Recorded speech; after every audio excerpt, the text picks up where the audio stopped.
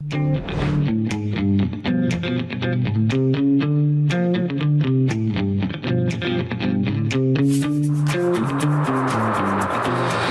back to the Mel K Show. My guest today needs no introduction. He is the great General Flynn. Thank you for joining me, sir.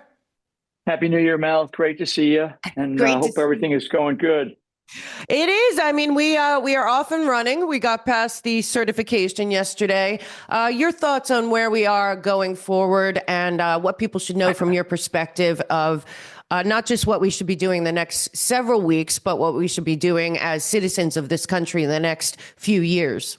Yeah, I mean, I'm cracking up a little bit because I'm listening to Donald Trump talking about the Gulf of America. Don Jr.'s up in Greenland. Trudeau's out of Canada. I mean, it's so funny, because the pressure of being a patriot is, not as harsh, right? If you were a patriot for America before the election, you were like condemned, and now it's like, okay, and we're going to start talking about a lot of things, and we're going to see a lot of change. I think Trump is in a different mindset, and there's a lot of angst about people and who's going in, who's out, all that kind of stuff.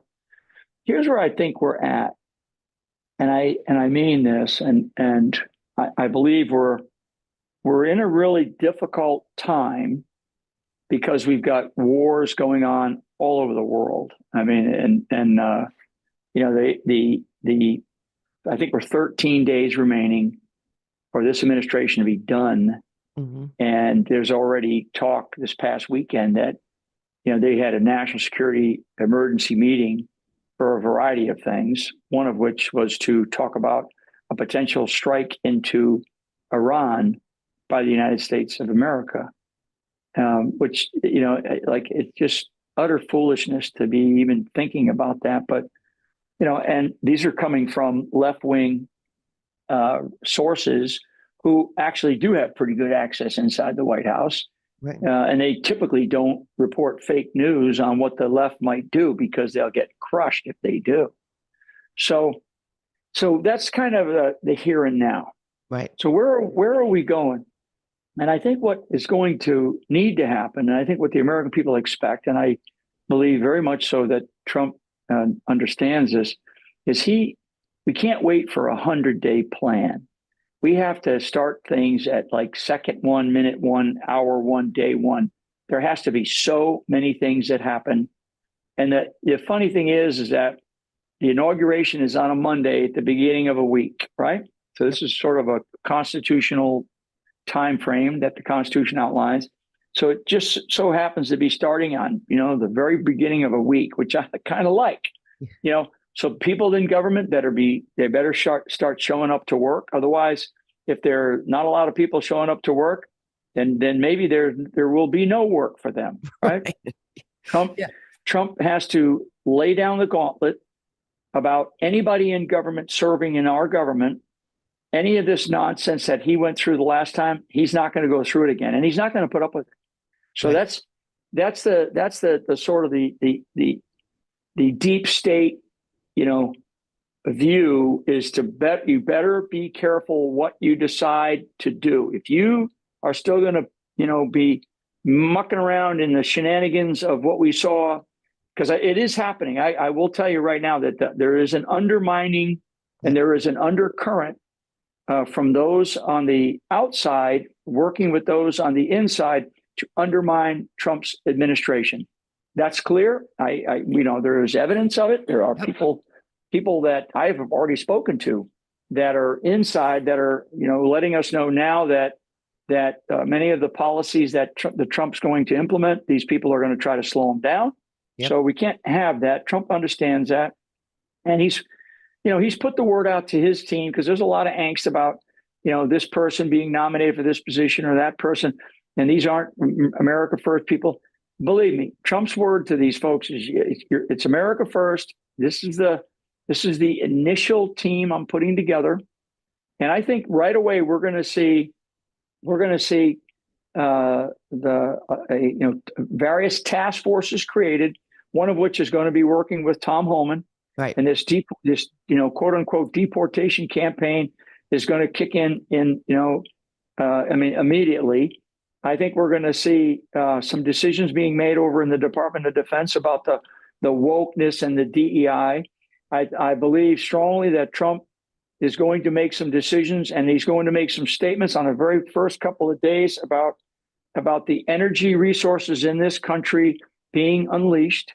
He's going to be making some statements about removing and eliminating a lot of regulations that are limiting the ability for small businesses to innovate and create and grow in this country. So there's a lot of regulations that really have crushed the soul of our business community, the business development community, particularly the small businesses. So I think in the first couple of days, we're going to get this sense that, it's not just Trump talking about we're going to now name the Gulf of Mexico the Gulf of America, because there's a lot of good reasons for it. And he's right.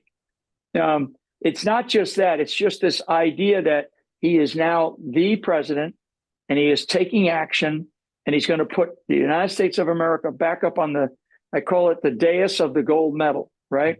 Yep. The top dais, on the world stage for all to see, not in a big ego fashion, but in a fashion that says America is back in charge of itself first, right? America first, and then we can begin to deal with the rest of the world. The idea of things like the Abraham Accords, the issue of NATO and what NATO is doing these days, where NATO should go, how NATO should develop, the idea of the European Union, the idea of some of these, ASEAN as an example. These are these consortiums of countries in different parts of the world that have either military charters, economic charters, or a combination of the two. Africa Union in Africa, it's based out of East Africa. That's a huge union of nations. And the United States is not a sitting member of it, but it is certainly a member of that discussion that takes place. So all of these different organizations, these are generally globalist organizations, they're all put on notice. Right. And they're all put on notice because it's not just American sovereignty and America first. You also look at the other countries that have stood the test, right? Argentina and Paraguay are two in the Southern Hemisphere, and there will be others that will pop up. There are some in Central America.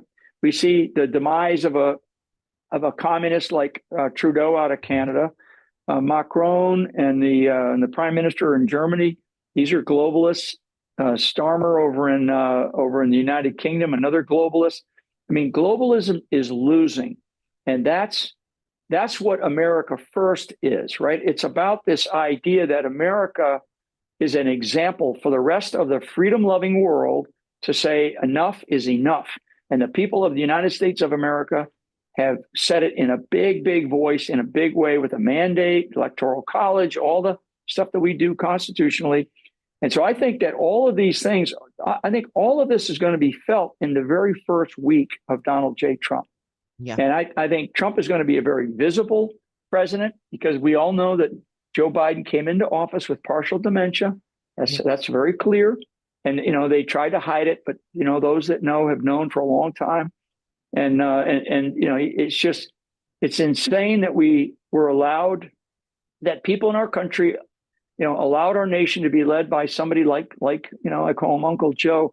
But that's because, this is not about Democrats and Republicans. This is about Marxism, the idea of communism that has infiltrated into our country and has taken over the institutions. So Trump is going to have his hands full with some of these institutions like education, the Department of Justice, parts of the Department of Defense, certainly the diplomatic community and the Department of State, all of academia. I mean, the undergraduate and graduate programs, particularly the Ivy League programs in our country. Right. I mean, these have all been consumed by the rise of communism in our country. And that rise started, fundamentally, it really started even around the time of just post World War I, but it really came in earnest after World War II.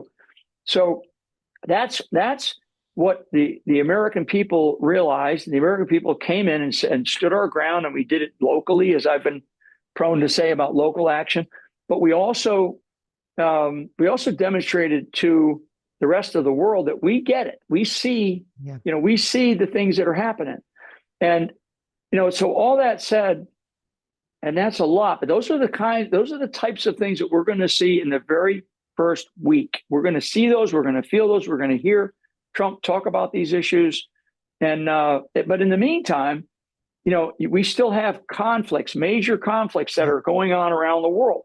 We still have, Trump's recent stuff about Panama. His initial things about Panama is very important too, because the conflict that China is looking for, right? China is looking for a fight with the United States of America from a military perspective, never mind economically. And one of the ways that China has taken on a role, the previous president, you got President Molina in Panama right now. Molina is a conservative. He actually defeated the communists, and I think it was Barista was the guy's name. It was the former president of Panama. He basically sold his soul to China. He sold, and gave away a lot of control of the Panama Canal, it's like the Panama Canal is like an aorta into the heart, right, of America. And if that aorta gets blocked, we die. 70% of our trade goes through from the East Coast and the West Coast goes through the Panama Canal. Never mind the military strategic importance that vital waterway offers us to be able to move things quickly between theaters of war if we ever had to go there, right? So China is in a place where it is looking for a fight. And with Trump in charge, they now have to, sort of reassess their strategy. Do they slow down their 100-year plan? Do they do they move their 100-year plan up? Do they do some things out in the Pacific Basin around Taiwan, the Sea of China? All these different geographic, geostrategic points of interest on the planet.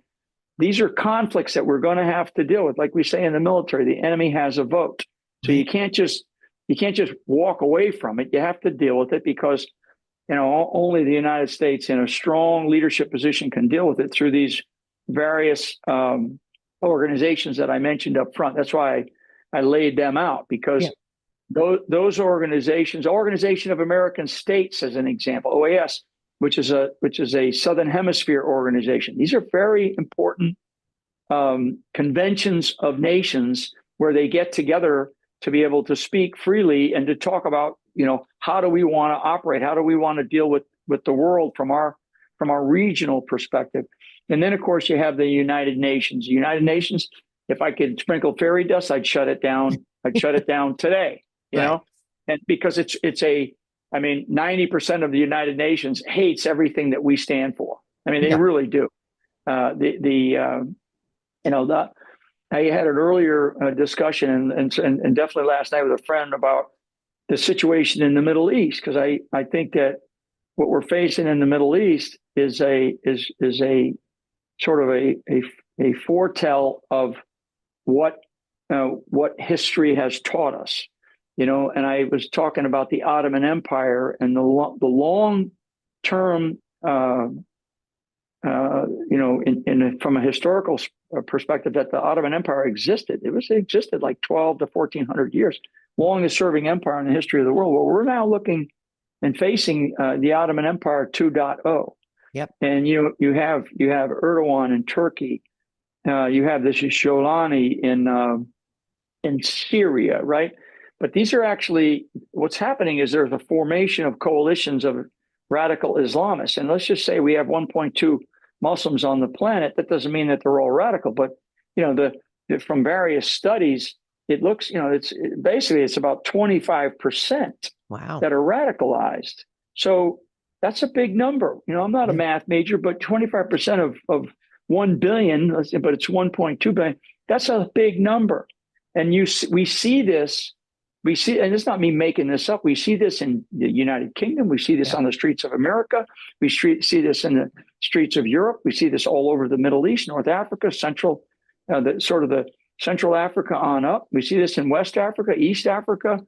We see this as far east as Indonesia and the Philippines, parts of the Philippines. So this rise of the radicalization of an ideology, what does it mean for this century? Right. And so Trump's importance cannot be understated or not considered from a historic perspective, because we're not going to have a person like him, and we haven't had a person like him really since Abraham Lincoln. I mean, and I use this thing that I talk about now because I know I'll stop here in a second, but just to get into any questions you might have for your great audience. But I've been because of my studies of history, we've kind of gone through three arcs, and we're in the third arc right now. And those three arcs was arc one was the foundation of the country. It was when we were founded. We didn't have a country, states, colonies, all that. Revolutionary War. We had George Washington as the central figure. He was that organizing personality that everybody could converge around, and that arc of history created the United States of America. Yeah. The second arc, and so had it not worked had it not worked at that time, we wouldn't be the United States. We'd be something else. We'd be a slave state, maybe. The second arc that was existential to our nation, the way it was created, was the Civil War. And that's where we had Abraham Lincoln. So it was truly a time when our nation was facing an existential threat where we would not be the United States of America. We would have been split in half. Mm-hmm. Instead, we had a war that actually ended up killing as many people died in the Civil War as have died from all wars combined from the Revolutionary War till today. Died in this, actually more people died in the Civil War than all those other wars combined. So that tells you how existential of a threat and how much sacrifice was given in just a very short period of time to save the country from being disunited, right? Yeah. Abraham Lincoln was that converging leader. You fast forward through the next period of history where we had world wars, we had Vietnam War, World War I, II, Korean War, we had all these different conflicts, but none of them was existential to the United States of America. We would have still had the U.S. had the Nazis won. Now, where would we be? Would be maybe still fighting a different thing, but it wasn't existential to our country. So what became existential was the last 50 years of the rise of communism in the United States of America and the rise of globalism and the convergence of those two to where they took the idea of the New World Order, which goes back to post-World War I, so back to the 1920s, early 1920s, let's say. Mm-hmm. That New World Order, which kind of came into vogue then, 100 years later, 100 plus years later, we saw the rise of the New World Order under this globalist system of government. This was one world, right? Yep. That was existential to our country. Had we not won this election, Donald Trump would be in prison right now for the rest of his life. Yep. So the convergence or the converging leader in this third arc of history is Donald Trump. So we're still in the third arc. We are still in this sort of wave of history where we have got to get our shit together. Excuse my Irish. We got to get it. We really do. And this is where Trump has to take every second, every minute, every hour, every day while he's in the hot seat to do everything that he can to basically destroy the underpinnings of globalism, destroy them, get rid of them, and really make America great again by doing all these other things that he's already starting to do, which is basically, you see a guy who is a great leader type, historic leader, like him or not, all the tactical noise that we hear about this pick and that pick and what's he doing here? People need to get over that and look at the big picture, big tectonic things that he is taking on and he will take on. Well, now what the question is, it's not what Donald Trump is doing, it's what am I doing? Right. Yeah. What are we doing? So how do we continue to serve? And I want people to recognize, because I think one of the real strengths of this last election was that we saw, and you and I were part of this effort, we saw a rise at local levels of people getting involved in school boards, getting involved in local politics, getting involved in grassroots campaigning and organizations, and because we're teaching and we're educating and we're warning people on a weekly level, whether it's through your great podcast or through us, all of us getting on stages around the country with small groups, big groups, all these things. And that warning caused people to say, you know what, you're right. I better do more and get involved in my country. And that's where I think we are right now. And I think one of the things that Donald Trump is going to have to do is he's going to have to use that bully pulpit to continue to encourage people to stay engaged in the lifeblood of the country. Yep. Because he will be gone at a certain point in time, just like what happened with, when George Washington walked away from it. Yep. Abraham Lincoln was killed because of it. Donald Trump, they tried to kill him because of it. I don't believe they've given up that yet. Mm-hmm. So he's got to protect himself. He's got to stay safe. I don't really care about a formal protocol inauguration ceremony. If I was him, and I said it the other day on an X post where I said, fly your airplane up to Andrews Air Force Base, land at 11:55, walk off the plane, maybe swear on the Bible, jump in Marine One and fly the helicopter all over Washington, D.C. and whatever you want to do, make some waves or something, and then land on the lawn and take over the White House, take over the country. Let's get to work. And that's what the American people want. We can celebrate. The American people can celebrate in our own ways, and there's going to be all kinds of celebration if nothing happens between now and then up in Washington, D.C. I'm serious about it. We don't know. We don't know.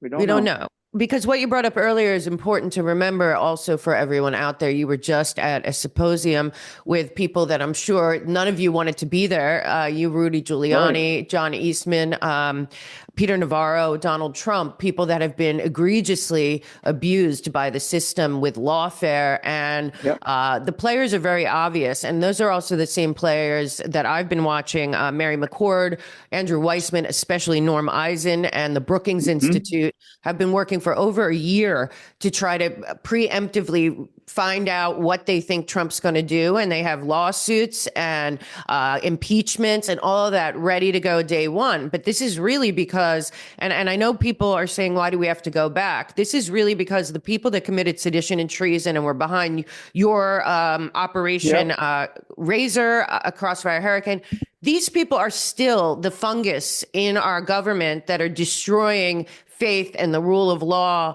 for their own reasons that are ideologically not aligned with the United States. And I think most people fear that because they are still on the loose doing this crazy, egregious stuff, that we're going to go through another 4 years of these lunatics putting in every kind of legal maneuver that they can, not just to stop Trump, but possibly to go after other people.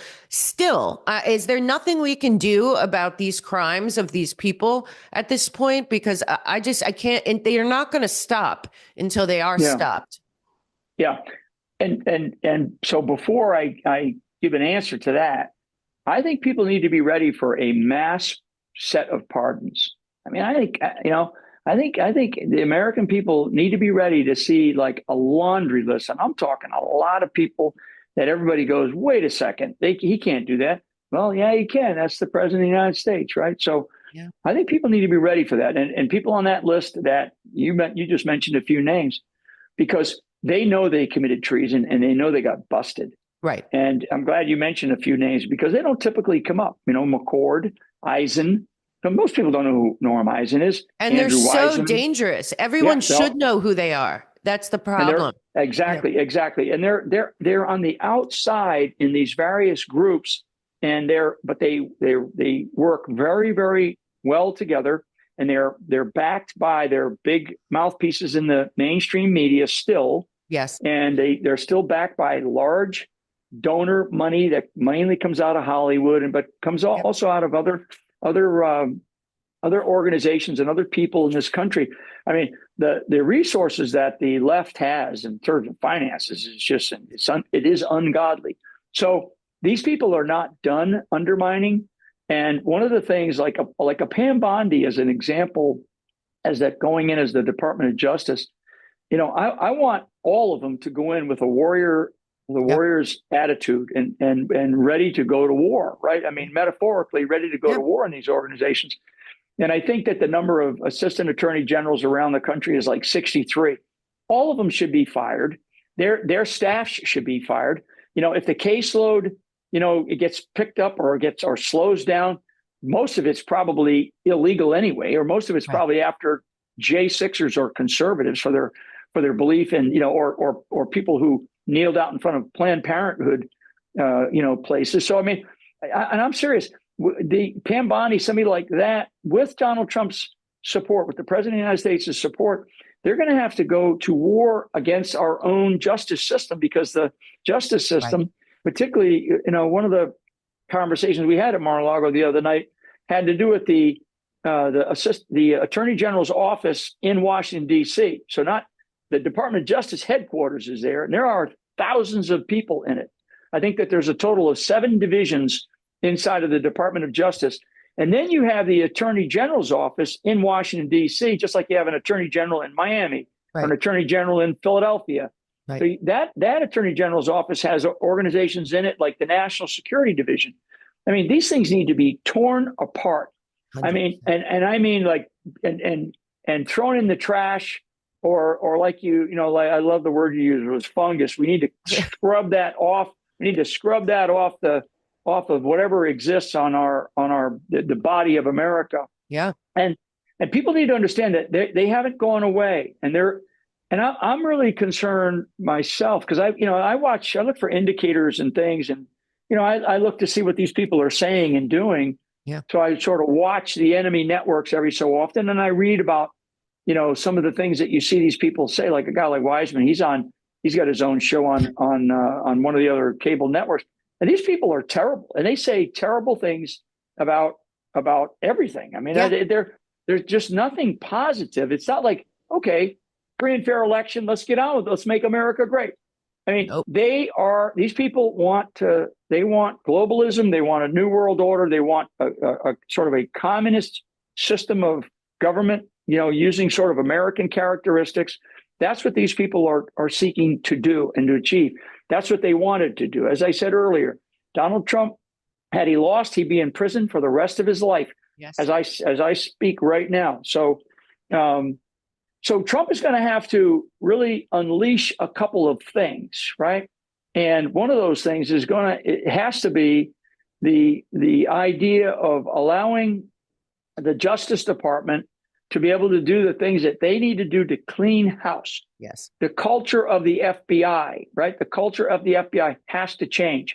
The Department of Defense, things like this, getting rid of, it's not just getting rid of classes on DEI, and it might be, getting rid of like 80% of the generals and admirals, in the FBI. It might be shutting down possibly even the entirety of the FBI, if not shutting down major offices, revamping them, and going through like some type of long period of time where we actually assess whether or not we even need the FBI. If it were up to me, again, sprinkle fairy dust, poof, they'd be gone. The FBI would be shut down on day one. There's so many other law enforcement capabilities we have in our country that are actually still pretty decent. Their cultures aren't completely destroyed. I am concerned about the Secret Service. That is a culture that I think needs to be fixed. The Drug Enforcement Agency. I mean, these are big organizations that their cultures are not in good shape. The entirety of the intel community. So there's a lot of work that has to be done. And that's why I say, like, I think to really get at the answer, though, I think one of the things that Trump's going to have to do, and that's why I started off with talking about a big pardon by Biden. Right. I actually think that the most important thing that can be done is to start holding a couple of these people accountable for committing treason. I agree. They committed treason, and it started with Obama, and all of his minions, and we've been through that list of names before. Yep. And it's continued. I mean, there were people while Trump was serving as president that were in his administration that we now know committed treason. They 100%. undermined the sitting president of the United States while they were working for him, and they were in the executive branch of the government. That's called treason. Yeah. So some of them are over in the CIA, some are in the National Security Council. So there are going to have to be, it's. I mean, I hate to use the phrase "the night of the long knives," but because that's a really bad phrase. But there has to be a reckoning, right? Yes. There has to be a reckoning, and there has to be some act of accountability. And Trump, he's got to do this because I can tell you, Mel, being at Mar-a-Lago the other night, and I still, since the election, I've been out and about talking with different people about things, and what are their expectations? Because that's kind of my thing right now is how sort of what I'm kind of doing is sort of behind the scenes a bit. But what is the sentiment? The sentiment is people want people held accountable. Yeah. People from the last couple of administrations must be held accountable, to include those that were in Trump's administration. Number one, Trump has to take action like right away. I mean, no waiting for 100-day plan. We want action Monday at 12:05. Right? Boom. Right. All the partying, all the galas, all the celebration, fine. Get that out of your system, folks, because we have a country to save, and we can't rely on one man to do it. No. As I went through those arcs of history, Right. that one man is a historic figure, and he can do a lot, but we all have to do our part. So, I mean, the Congress, right? A year from now, we're going to be talking about the next Congress, and then we're going to be into election season again. Trump's going to have to spend a lot of time and energy to make sure that Congress stays on his side for the last 2 years. Otherwise, he's going to be destroyed in his final 2 years as a president, and that we'll be right back to where we started. So the American people have to get involved locally and have to fight locally to make sure that they have the people that we want running our country, local, state, and federal, for the rest of time. I mean, the Democrat Party is gone. It died. What has risen is something else. They still use the Democrat Party name and the structure and the organization, but it actually was completely taken over by a communist element that thrives on this notion that, globalism is the future. I am concerned about a couple of things, though, and I'll stop here. I'm concerned about the rise of artificial intelligence. I'm concerned about transhumanism. These are things that you've talked a lot about. I'm concerned about the dangers of biological weapons that actually can be very hazardous. I mean, we all saw what, COVID wasn't a killer, although it killed, right? Yeah. Because of other aspects, other effects. But a biological weapon and the release of a biological weapon is very dangerous. And there can be, there are nefarious people that think like this. And then the potential exchange or use of a nuclear device or nuclear weapons or a nuclear weapon of some sort. So those are things that are out there. They're not black swans. They're because we can imagine them. Yeah. But the unimaginable use of them by somebody who is a nefarious actor that wants to destroy, systems and wants to destroy segments or regions of the country for their own whatever purposes, that how evil thinks, right? Yeah. So I think that those are the things that concern me going forward. Yeah. It's funny. I was thinking the other day because when Jimmy Carter died, I had done a lot on digging into what happened to our country in terms of timing. And it does appear that when Jimmy Carter came in with Zig Brzezinski and his whole plans of regionalizing the world with technocracy, basically technology, that he lingered back there, Brzezinski, for decades through Obama. And his entire, I was looking through his book and everything. First of all, it's straight up Marxism.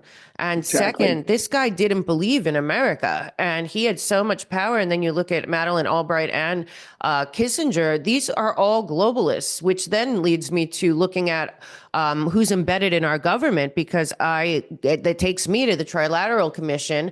Their whole mission has nothing to do with America, as far as I can see. These are globalists.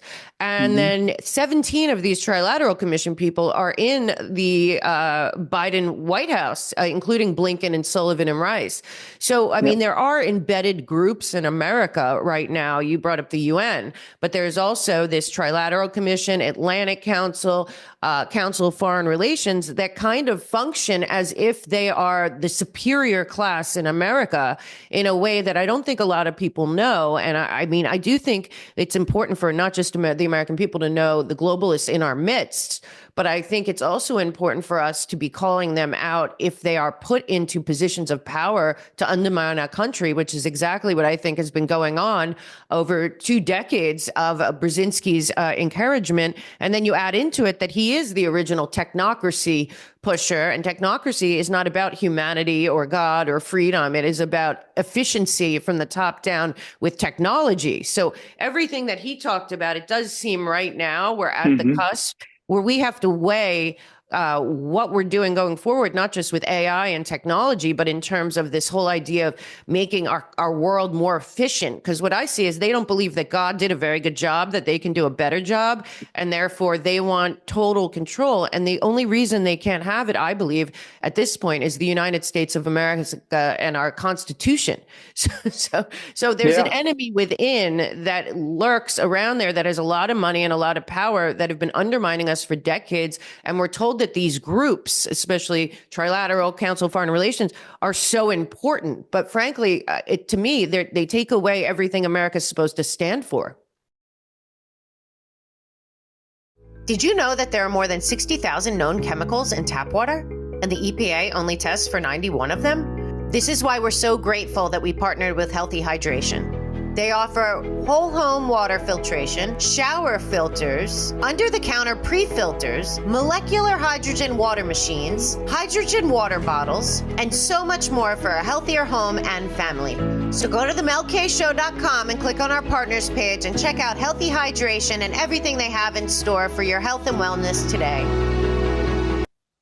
Yeah. So the deep state, right? The deep state, if the deep state had a quarterback in terms of an institution, it's the CIA. Okay. Mm-hmm. And the CIA for many decades now has they operate as though they're a sovereign nation. Okay. Even though they're part of the globalist system. Right. And they have a gigantic budget, bigger than most countries, okay? Bigger than probably the next 10 countries. Right. Combined in some cases, for some of the lesser, maybe the countries that are like 8, 9, 10 in the world in economies. I'm telling you, that's just kind of, so the deep state, as a team, the quarterback is the CIA. And then you have, the coaches, right? Because we're in the football season here. So I'm going to use this metaphor, this analogy. And you have, like the coaches on the sideline. Some of them are in the game because they're in the government right now, so right. they're on the field. But you also have people like John Brennan and Jim Clapper that are still hanging around.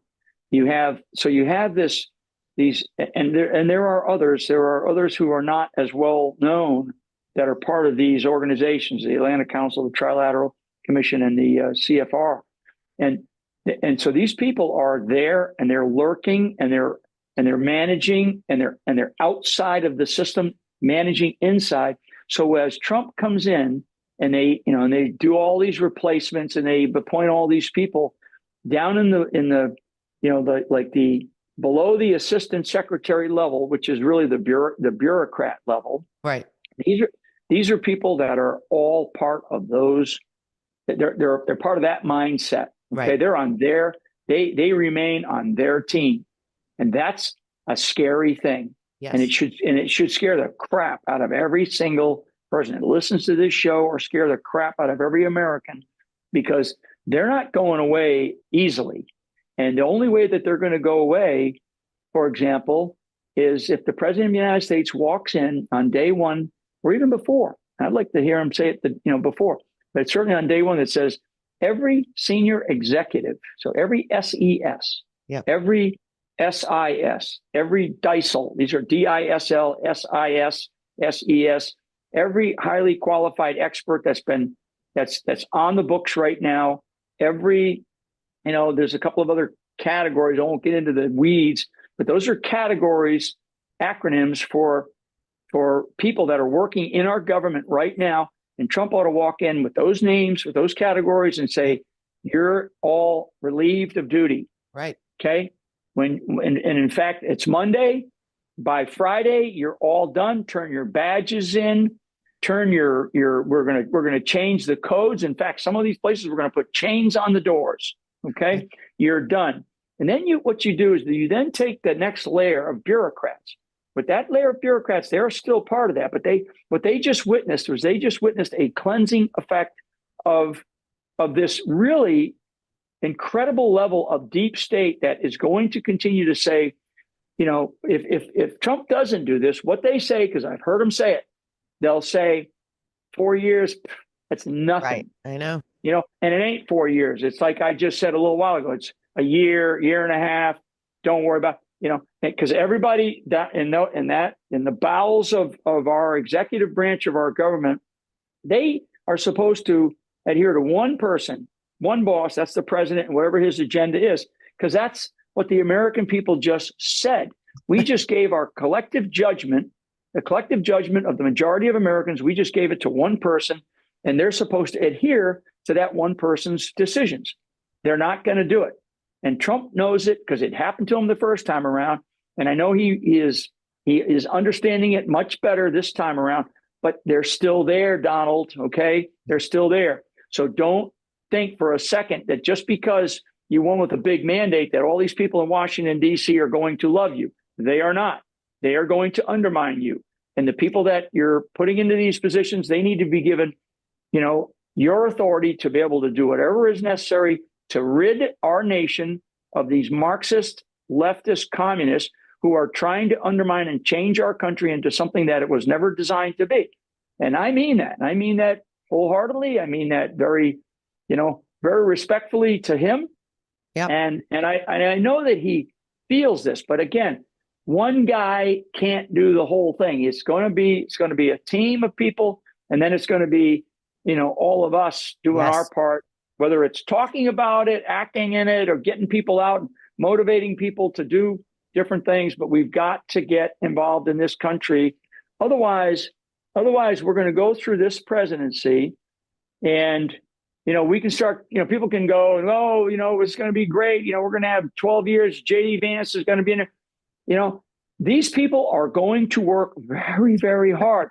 And the thing about them is, like I said about the enemy has a vote, they learn lessons. The Norm Eisens, the Andy Weismans, the Mary McCords, the Blinkens, O'Sullivans, all these people.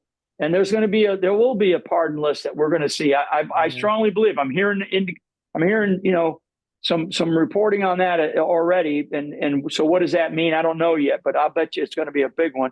So he can't touch these people. And Biden's going to say, we can't let, the orange man, the dictator, come in and, he's going to destroy the fabric of democracy. So I'm going to pardon all these people. No, you're pardoning them because they committed treason. Guilty. and they're guilty. Okay. They're guilty. And so that's, Trump understands it. He realizes that these things are going to happen. And so he's going to come in. But as Trump says, success will be our measure. Yeah, that's one of the measurements. One of the measurements. Our founders taught us that, because our founders also taught us about courage, and they also taught us about accountability, because they held themselves accountable for their actions. They were all willing to go to the gallows had the British won the Revolutionary War, and they knew it. Yep. And in some cases, some of them actually their lives were destroyed because of it. But we have to understand that our country was at such severe risk, and if we don't one, understand it, and two, do something about it, and do it in your own way. Do it in your own way. Yeah, celebrate, have fun, laugh, but when it's time to go to work, folks, it's time to go to work, and right now it's time to go to work. I agree, and we're not giving up. And the other thing is that, as you've said many times, DC is a swamp. It's also a 10 by 10 vassal state in the District of Columbia, but the swamp Hmm. is everywhere. It has been infiltrated. When JFK told us in '61 our country had been infiltrated instead of invaded, guerrillas by night instead of armies by day, and he went through the whole speech. Exactly. Well, it was never stopped. so, so Right. everything JFK was They warning us killed him about, because of it. right? So they killed him, and I think people need to know that they killed him because he was a president who recognized it. He was young enough to probably serve a couple of terms had he survived, and then he saw in his own family, whether we want families like the Bushes, he sees in his own brother Robert.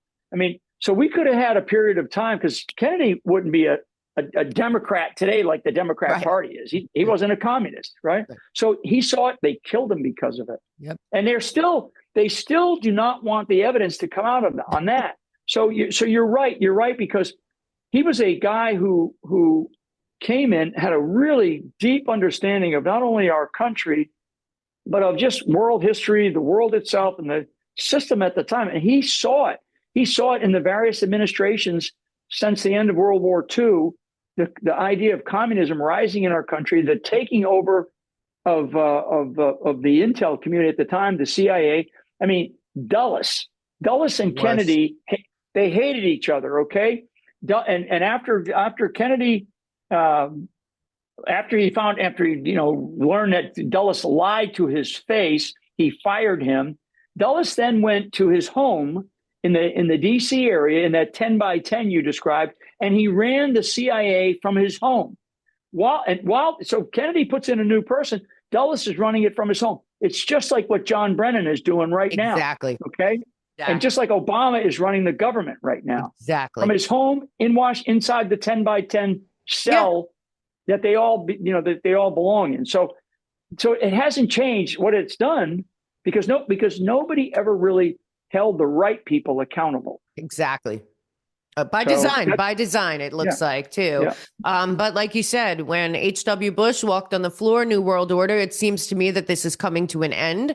And they are desperate because you and I both know that there's also trillions of dollars at stake if they do not hmm continue down the path that they signed us up on, which is this yeah. Agenda 2030 globalist thing. But so many people are awake and not in a small part because of you. So I want to thank you for that and for your service always. And, it's most important that people realize these NGOs, these no bid contracts, these sustainable development people, these track and trace surveillance partners of the World Yeah. Economic Forum, even Palantir, obviously, Thiel. We have to decide, I think, going forward, how much we are willing to allow our Constitution to be violated by the surveillance state and by the Yeah. AI, and that's going to be a big job too. I know Devin Nunes is involved in that, and some other people, but they were very nefarious people, including still Kissinger and Eric Schmidt and others behind the scenes dealing with AI and everything during these 4 years. So we're also going to need a team there to look at what is going on because our Constitution is antithetical to the level of Exactly. surveillance. It's at risk. I mean, you mentioned Thiel, I was talking about him the other day with this Bilderberg group, right? Right.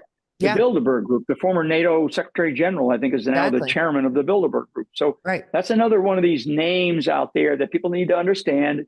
These are groups of people that see the world completely different than what we want to have, right? Yeah.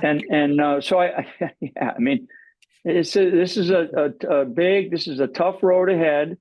I know we have some breathing space, but that's all it is. It's a little bit of breathing room to be able to get ourselves back on a track here, and see how much longer we can last as as the United States of America. Yeah. It's not the fact of human history is that empires rise and fall, Yeah. and where are we in that sine wave of empires? Because we're like any other empire. We're different. I mean, I do believe that we're different because of our constitution and our way of life, but we still have all those signs of decline and rise that Yeah. all empires in the history of the world had. And right now we're in one of those really difficult places where we could quickly go one way or the other. if we don't hold people to task, we don't hold people accountable. Yeah. And on that note, I just want to say, they're always saying, well, the founders thought this. I have a book about the founders a little bit, too. It's like we are still the founders. This country is so young that I keep saying to people, we are the founders. We, the people, the individual citizen needs to decide what their stake in America is and what they're willing to do to save it. And I really believe that there's so many more people awake because of your work and other people's work. So I think people are going to do what they have to do, but they have to do it where they are, because there's swamps in everyone's backyard, and drain your swamp with your local community that are like-minded. Right. And we can do it that way, but we can't look at DC and think it's all going to be solved. It's not, unless we're following that where we are, and that same pattern of weeding out the bad and replacing it with good. And that's our mission as individual citizens, I think, right now, is to be the drainers of our local swamp, because there's so much work to do. And after World War II, we really were infiltrated on all levels. And so a lot of these people that get into office, they also have the globalist NGOs in the background, paying for everything, all of that. Well, we can weed them out throughout the country and identify these groups that are locally in our communities to push the agendas of the green people or whatever. So I'm pretty optimistic, I have to tell you. And I think the rest of the world, besides what we see, is actually rooting for America, because, as I always say, they're not after America, they're after the world. And I believe America's in the way, so which is a good thing. So thank you, sir, so much, as always. Thanks. And Thanks. Keep up the good work. Absolutely, Mel. Thanks. And Happy New Year to you guys. You too. We'll see you soon, I'm sure. Right. Thanks. All right. God bless. Thank you for watching the show. I'm always looking for solutions, and there's one thing that I stress all the time. We have three things that really, really count in this fight to save America: our time, our money, and our vote.